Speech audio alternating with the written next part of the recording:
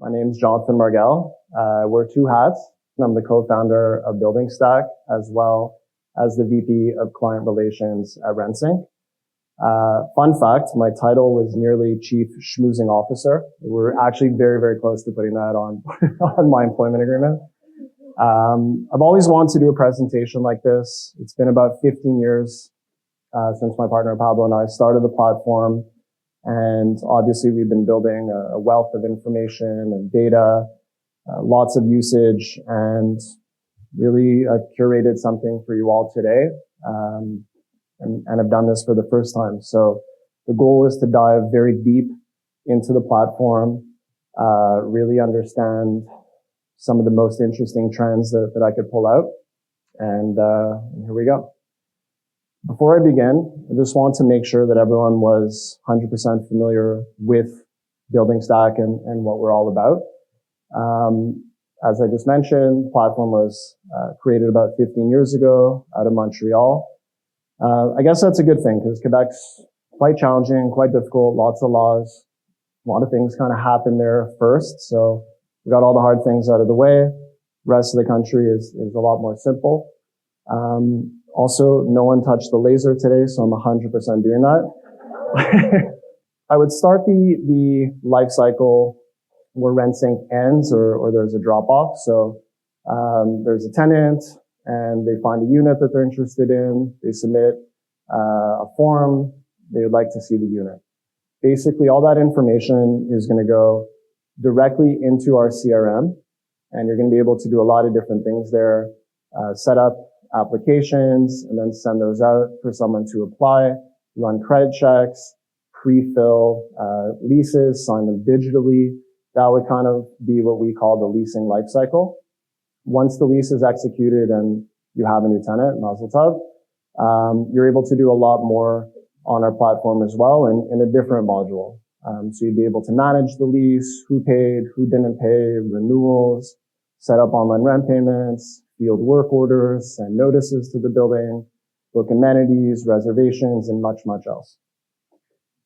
A big theme for today is going deep behind the platform. So I just want to go quickly deep behind myself. This is the intro slide that I wish I could have started with. I'm a big super fan of the Miami Dolphins. Love Saki, big connoisseur, and also a retired chicken farmer. During COVID, I had 8 chickens in the backyard, and it's quite a disaster. So we're going to get started with lead to lease trends. It's pretty clear that there's many different possible steps that a company might have throughout their leasing life cycle. Pretty confident no two operations in the room are doing things exactly the same way. Sue did a great job creating visuals of how hectic that life cycle might be. So basically, the pillars for the next couple slides are calculating the difference or how much time it took to go from a new lead coming in to the person applying to a credit check being processed to the lease being signed and the deal won. So what I found was it took on average for prospects that did all of those steps on the platform 11 and a third day. And that's using 2024 data. I just want to mention as well. Here's another visual of that, kind of showing the breakdown of the different steps. So once the lead comes in, on average, we're looking at about 6.5 days for that person to apply. So between coming in an application, giving a few business days or days in general to come and view the units, make a decision, and then jump into the application. We're seeing on average about 3 days later a credit check to be filled out. And then it kind of goes pretty fast after that for the lease to be executed roughly 2 days later. So that's a little visual of that. Online rent payments. It is my personal favorite topic. It's something I'm a little bit obsessed with. I'm constantly looking at the statistics, the trends. But whatever I put together today is a lot more detailed than I've ever really looked at it. Just to add a little bit of context, prior to starting Building Stack, I was employed as a property manager, managing a couple thousand units in Montreal. Big part of the day-to-day was collecting checks, scanning checks, schlepping cash literally to the banks. A little dangerous. matching e-transfers or passwords, and then which tenants, which unit it applies to. It was kind of a nightmare. All of the above is a big reason that building stack was started, and we began with one of the modules being an online rent payment portal. So I'm happy to report that we found tenants are paying more on time than ever. Why are people paying more on time than ever? Let's dive in. They want to mention that we considered a late payment to be a payment made between the 2nd of the month and the 27th of the month. And then everything after the 27th, we're just saying is an early payment for the following month, just to add a little context. So this data is based on roughly 750,000 of the past online rent payments. And basically what this is showing is for companies that don't have pre-authorized debit enabled, they can expect roughly 40% of rents to be collected on time. As soon as the pre-authorized debit functionality is enabled, that's doubling to almost 80% right away. So turn on PAD and expect to collect 80% of your rents on time every month moving forward. Here's a couple other visuals. So on the left, we're basically showing tenant payment habits when there's not PAD enabled and they're just logging into the tenant portal whenever they want and paying. So we could see here roughly 20% of tenants are paying on the first of the month, and it's kind of a free-for-all throughout the rest of the month. People log in, they pay. It's a little bit sloppy. The distribution changes drastically when PAD is enabled. Right away, you could see like a 3x increase to 60% on the first of the month, and then much less distribution throughout the rest of the month. It's another way of looking at that data. Let's break this down even further. Of the huge increase of on-time payments, I discovered that 6% of the speedier payments is from tenants setting up their own PAD agreements. So what that really means is most landlords, when they say like, oh yeah, we accept PADs, like they're the ones physically fielding the information, entering it into whatever PMS system that they're using. And it's very rare that a platform will let tenants sign in and say, I would like to pay with this method. I would like it to be a recurring payment. But if they do offer that, you'll get an extra 6% of payments made on time just from that one feature. Not to mention, you're collecting less super sensitive data on paper, filing it away, less management of NSFs, and the accounting department will hate you less for sure. Spend your time monitoring and encouraging usage of PAD, and don't waste your time setting it up yourself. Want to do a quick slide on NSFs. On average, they're going up over time. Pretty concerning trend. There's a number of factors possibly being the reason behind this. Rental prices going up, possibly financial difficulties. Could be many different things. Consider running more detailed credit checks. Maybe that will help you out. And definitely make sure that when you're signing a lease that there's language that allows you to charge back and possibly make a few dollars for your trouble when the NSFs do come up. One of the things that Building Stack does is if a tenant chooses to pay by bank, they can sign in directly to their bank. And what Building Stack is going to do is it's going to ping their bank account to ensure that there's enough balance before allowing the payment through, drastically reducing any possible NSF. So all the numbers that I showed before, basically 37% of tenants connected to their bank. So despite the trend going up over time, it would be significantly higher if 37% of tenants didn't sign in and we didn't verify that, they had enough funds to cover their payments. So keep that in mind as well. I wanted to highlight that. Tenant communication. So within the tenant portal, tenants are able to create a work order, submit it to management, they can receive notices, and we make categories mandatory for tenants to specify when they're creating a ticket.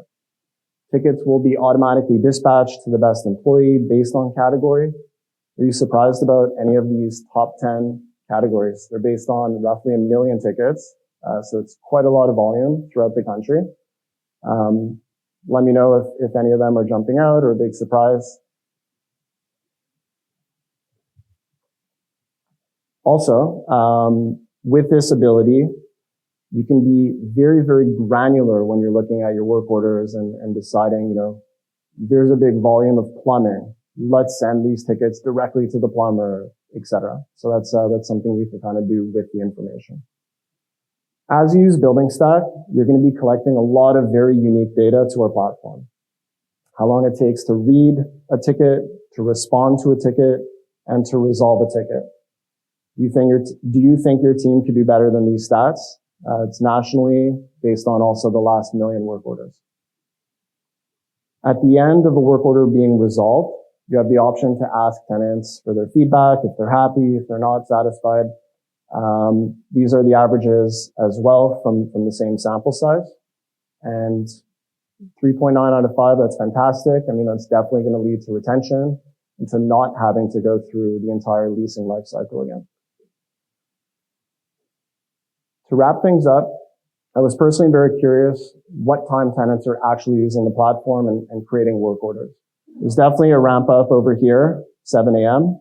Not too surprised, makes sense. People wake up and, pick up their phones, they notice problems, they get things rolling. Peak usage seems to be between 10 a.m. and 1 p.m. And with this information, you could then say, if I'm going to send a work order or notice, to the whole building, you can choose to schedule the ticket being sent at the optimal time. So there's a lot of different things that you can do once you have this information. Well, as expected, we do have some questions for you. We'll start with an easier one. It's a dash. How/why did you start Building Stack? So I alluded to it a little bit earlier, but I do have many years under my belt of property management, owning some real estate, more or less born into the industry. Mm-hmm. After graduating university, spent a few years managing many apartments before PropTech was a thing, when checks and cash were normal, the only way people paid, when work orders were done, red, white, and yellow, sheets put in a box, it's not the way things should have been done. Mm-hmm. And that's why we started the company. There needed to be a better way of managing day-to-day operations. Mm-hmm. So following it nicely is what's that like now? Starting a company, building it up, and then getting to the point where you were last year, where you had this merger with another established company. I'd imagine that was that the goal when you started it? How's it been, and is it kind of, prop us up a little bit, but how's it been since joining the Rentsync family? Yeah, great question. I would say that the goal initially was to create something that the industry needed and that was really missing. Mm-hmm. As time went along and we added more and more functionality, our goal was just getting it in the hands of as many property management operations, in the hands of as many landlords, as many tenants as possible, and just seeing all of our work grow and being used. Mm-hmm. As time went along and we're kind of, deciding, do we develop this quarter? Do we develop that? We went in the direction of lead to lease and kind of rounding out how we help people prior to becoming tenants. We were already partners with Rentsync, and I guess those functionality kind of lit up a light bulb on both companies' sides, and we realized wow, there's a drop off of functionality once the lead actually comes in from the Rentsync side. Look at all these other natural next steps that we could offer people. And I think I would just say from our perspective is, we said look at all this hard work, 15 years, a lot of gray hairs. We want to see this grow, and this seems like a really good partner to accomplish that. We wrapped up in December, and to answer your second question, I'm super excited about it. I've inherited an extremely intelligent and talented team.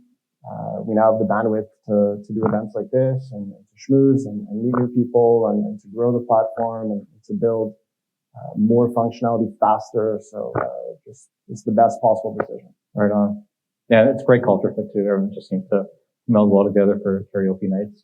and football. Fins up? Fins up.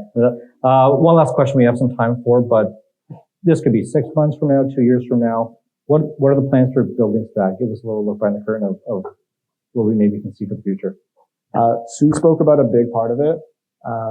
Quick lease, instant lease, like we're trying to make it as simple as possible to sign a lease, to go from application to deposit to credit check to lease being executed as quickly as humanly possible. That's a big focus for the next few months, like, wrapping that up, getting that used, as many times over and over, fine tuning it, making it one of the best solutions for leasing in the industry. And 5,000 other things that we struggle every day to figure out, like, what do we focus on today? The team has so many good ideas. But the beautiful thing is it's a large team and we can now get many things done very quickly. So, a lot of exciting new feature releases in the very near future. Awesome. And obviously we look forward to sharing it all with you in your future. So I think that's it for now, Jonathan. Let's give him a warm round of applause. Really excited to have you here today.